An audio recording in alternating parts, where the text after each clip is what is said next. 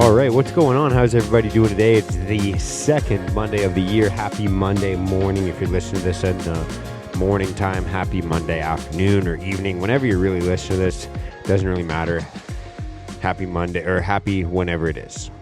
What's going on? Welcome to the Risen Falling Podcast, the podcast where I, Mark Henriksen, talk about mental health, self-development, how to get your life moving in the right direction, how to start feeling better about where you're at in life, and just knowing that every single day you're getting one step closer to where you'd like to be, who you'd like to be, and what you'd like to be doing. So if you like that idea, that notion, please do share this with a friend, but maybe wait till the end of the episode and see what you think. See what you think about what's going on today. So it is new year, new me, new what's going on. Sorry, scatterbrain today. But take a sip of water and we're going to get through this. All right, let's rock and roll. So I'm here to share a little story with you guys today. It is story time with Mark today. And so right before the holidays, I think it was like literally a couple days before Christmas, maybe a couple days after Christmas, not 100% sure. Actually, no, it definitely was right before Christmas. It was probably like the 20th or something like that. And finish up, I think I was at jiu-jitsu, and then I ended up just stopping at the gas station to go grab a little bit of gas for the truck. And there's this guy that comes in, and he kind of like talks to the clerk or the lady there, the cashier at the gas station. He like asks her something. I didn't really hear it or didn't really pay attention, and then kind of was like a little bit anxious and a little bit sorry, excuse me. Anyway, so yeah, it's like a couple days before Christmas. It's like the 20th or something like that. And then I finish up at jiu-jitsu and I go to the gas station. I'm going to go fill up the truck with gas. And this guy comes into the gas station, asks the cashier for something. And I didn't really hear what he said. And I can't even really remember. Like, it wasn't really like clear. I wasn't really close enough to hear. Like, I just heard like kind of speaking. And then he says something to her, she says something to him, and then he kind of like walks around to the back of the gas station, like looking around. He seems kind of anxious or frantic. And so I say to the lady, I go like, oh, what's buddy like asking for? Like, what's he looking for? And she's like, oh, he wanted to know if he could borrow jumper cables. And I told him he had to buy some. We have some in the back. And I just like look in the back and I like yell to buddy. I'm like, yo, buddy, I got some jumper cables. Like, I got you. And he's like, seriously? I'm like, yeah, man, of course.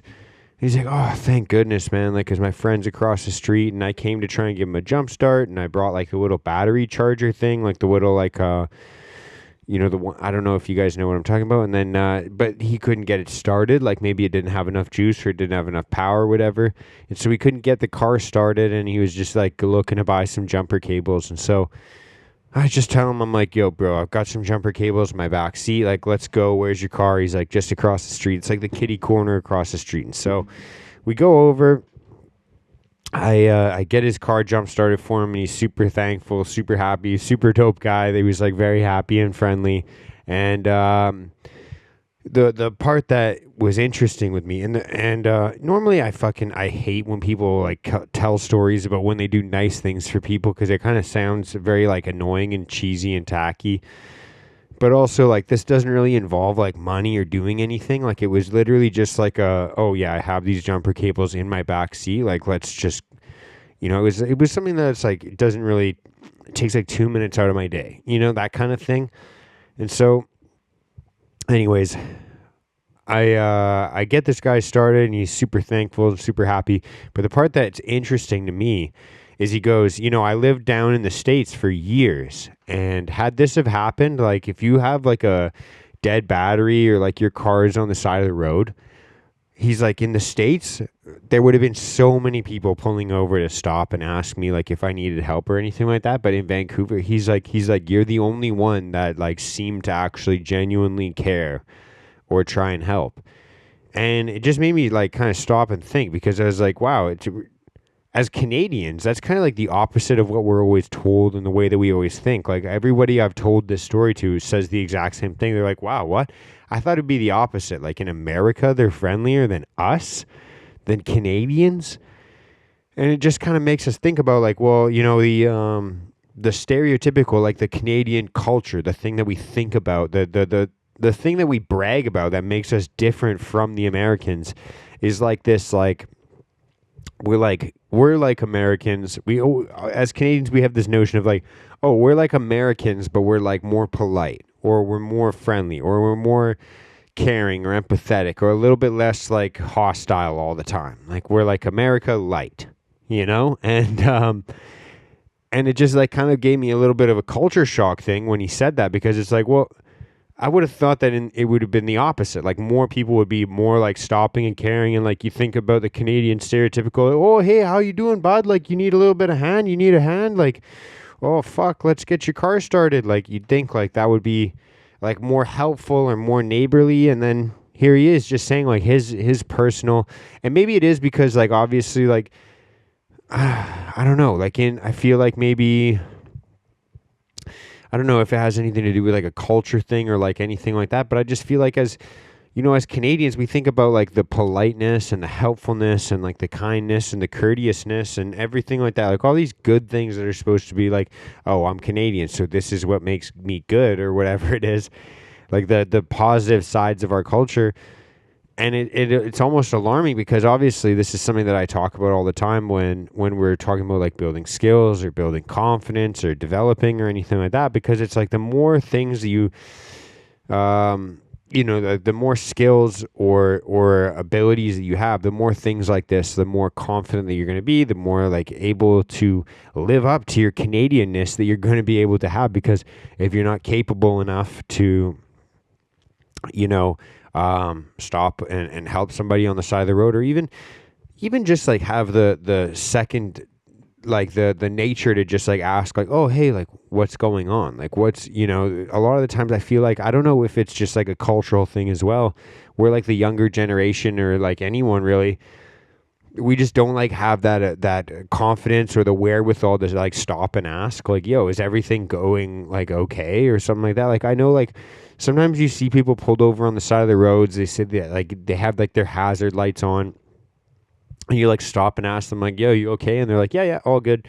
Like I feel like a lot of people nowadays just don't really think to do that. Like there's no real like concept of like, should I help this person, or or anything like that, because most people are just driving around thinking about like, oh fuck, I have to get to work, I have to get home from work, I have to go over and do this thing. Like everyone is so caught up in this rat race, and so worried and stressed about like work and money and how little time we all have, and it's the one thing that's kind of stopping us from connecting and asking each other like, hey, do you need a hand with this? Like maybe we would feel a little bit less stressed out a lot more of the time if we spent a little bit more thought and time helping others, and just thinking like, hey, is there something that I can do to help you? Is there, do you need a hand? Or, it looks like you might need some help.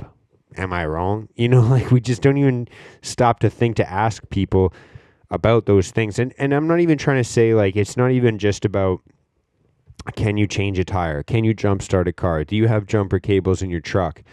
And I'm not saying that everyone should know how to do those things or has to know how to do those things, but you probably should. And you should probably have jumper cables in your car, just a little heads up.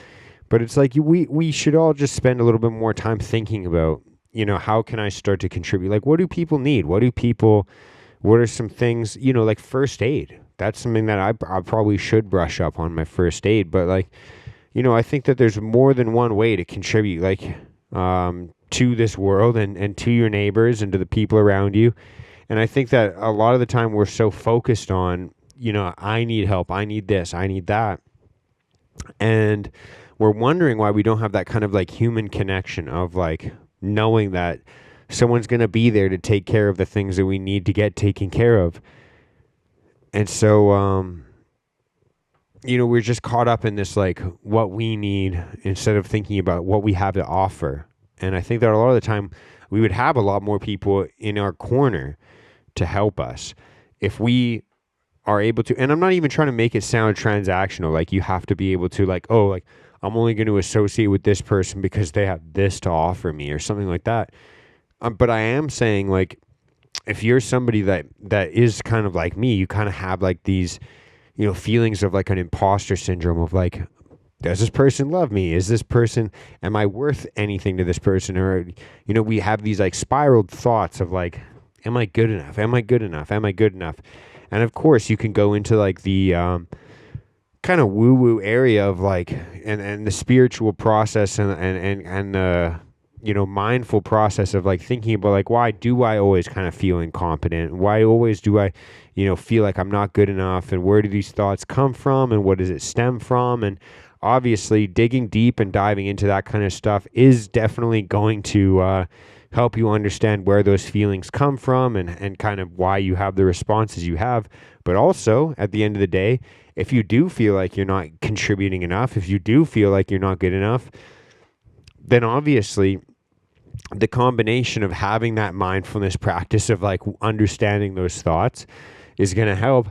But as well, you kind of, sometimes do need to add a little bit of competency to yourself, or just this kind of, aptitude of wanting to improve, wanting to add to your toolbox, adding to your skill set of like, you can start to think about like, am I good? Like, do I add enough to this relationship? Am I good enough for this person? Or am I good enough for this job? Or am I good enough to even just show up for myself?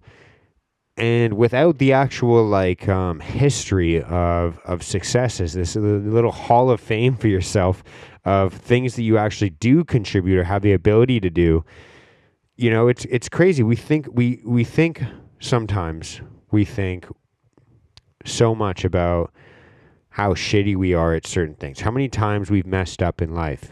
But I think that a lot of the time we forget to stop and think about, all the little kind of skills or tips or tricks, things that we've learned along the way, and how we can start to use those things to just help out in little everyday ways with the people around us. And, it's funny how it's such a weird thing, actually, how, walking around in public in different cities that you have like different kind of experiences of like, some places you walk down, like I know in Vancouver, like a lot of the time when you're walking around, like people don't even look up from their phone. People don't look up and see anybody around them or stop to think about like, oh, hey, like, give this, maybe it has something to do with like the density of the population. And like, obviously, if you stop and said hi to every single fucking person you walk by, you'd never get anywhere. You just stand there and everyone would just walk by. You'd be like, hi, hi, hi, hi. Like, that'd be crazy. But like, it is kind of weird to think that, on most days, people are just going about their business and like you walk by probably 100, 200 people. And yet like the only conversation you have is kind of like the awkward little small talks of like, not even real conversation, just like a, hey, hey, how's it going? Oh, I'm good. Nice. Like, that's pretty much it. Or like, oh, crazy weather we're having. Like, it's like, yeah, it's Vancouver. It's fucking raining. Big whoop. Like, it is, and I guess maybe I'm kind of going off topic here, and this is where we can kind of sign off. But I was just thinking about, like if you want to be, just to break it down and think about this kind of story, like I think a lot of us, we think about, when it comes to capability, we think about finances, we think about time, we think about those types of things. And, when we think about, when we're going to have a problem in the future, like I think a lot of people nowadays are starting to, drift away from this kind of like developing physical skills of like obviously being able to change a tire, being able to jump start a car, being able to, fix your dishwasher, being able to, people don't really have the tangible physical skills anymore as much as they have the like, they can make a AI generated image for you, or they can ask ChatGPT how to change a tire or something like that. And I think that we're drifting more and more away from this kind of like being able to do things for ourselves, and then more towards being able to use technology to do things for ourselves. And on the event of like power outages, like I'm not even talking about like extreme, like drastic, like grid shutoffs or anything like that, like any conspiracy theories. I'm just saying like on a Saturday morning when your power is out or something like that, like how are you going to react? How are you? There's a lot of people that'll have like a ton of anxiety or a ton of, they won't be able to feel okay. with just like manually doing things. Like, I don't know if what I'm saying is kind of clicking for you guys, but I guess like when you need to jumpstart your car or change a tire or something, like you could sit there and throw all your money at it and tow it to a mechanic, and you know, you could maybe have like BCA. I don't know if you guys have BCA. You could get a little free tow or whatever. Like they'll show up and jumpstart your car. There's services you can pay for. There's buttons you can press. There's an app for it. But you know, your money's not going to jumpstart your car like a friendly neighbor will. You know, and sometimes just like kind of having that money or having that, like the app for it, is a little bit less convenient than just like developing that skill yourself, or knowing somebody that has it, or just having those personal relationships. And so even though it's possible to do it by yourself, even though it's possible to, you know, have an app for it, or download something and buy your way through, overcoming your obstacles. But, you know, what is this? What do they say? Like a problem shared is a problem halved. Halved? Does that make sense? I'm not sure, but it's, you know, maybe that guy could have used an app to jumpstart his car, but then he wouldn't have had that little kind of like heartfelt experience with me. And it made the Christmas holiday special. So on that note, I hope that kind of makes sense for you guys. I hope that you guys can kind of follow where my head's at.